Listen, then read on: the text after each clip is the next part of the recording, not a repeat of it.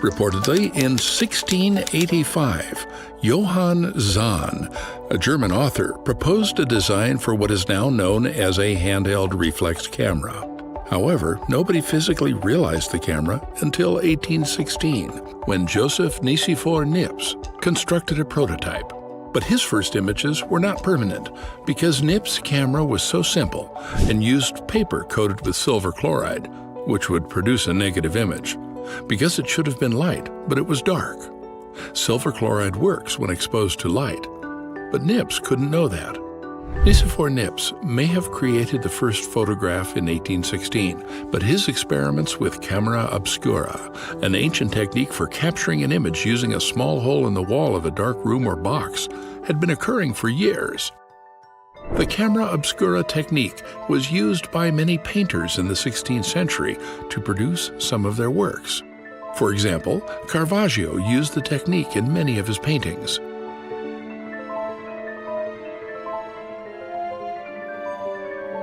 After Niepce died, his collaborator, Louis Daguerre, continued his obsessive work on creating a permanent set of images. In his work using silver material, he succeeded in making the camera that we call daguerreotypes in 1839. Daguerreotypes produced positive images, unlike the negatives of Niepce. Henry Fox Talbot's calotype, a daguerreotype variant, was also popular.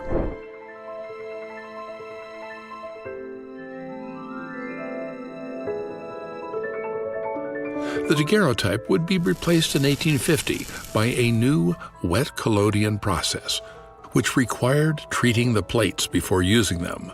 This process produced sharper images and required a shorter exposure time. However, the next significant advancement in camera technology came in the creation of film.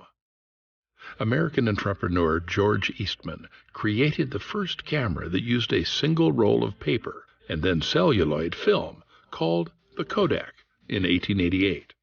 The Kodak camera could capture negative pictures, but they were sharp, like daguerreotypes. At the time, Kodak said, "You press the button, we do the rest." Thanks to the popularity of Kodak products and the introduction of other portable cameras, film cameras made using image plate processes obsolete. Between 1905 and 1913, camera companies introduced standalone rolls of 35mm film that could be inserted into and removed from the user's own camera. However, 35mm or 135 film was introduced by the Kodak Camera Company in 1934 and quickly became the standard. Although Kodak has always planned to be a pioneer in camera production as a brand and develops many kinds of products, others have joined the race. In 1999, Nikon released the first professional DSLR that we know today, and in 2004, mirrorless cameras appeared without the need for a mirror, thus reducing the size of the cameras. But actually, the first digital camera was invented in 1975 by an Eastman Kodak American engineer, Steve Sasson. Although Kodak elected not to commercialize Sasson's prototype, the digital camera was the future. While there has been more speculation in the history of the camera than many other inventions, we can see that who inspired whom was more important than who made which first. While most of us today have digital cameras in our pockets, high-quality DSLRs still have a role to play.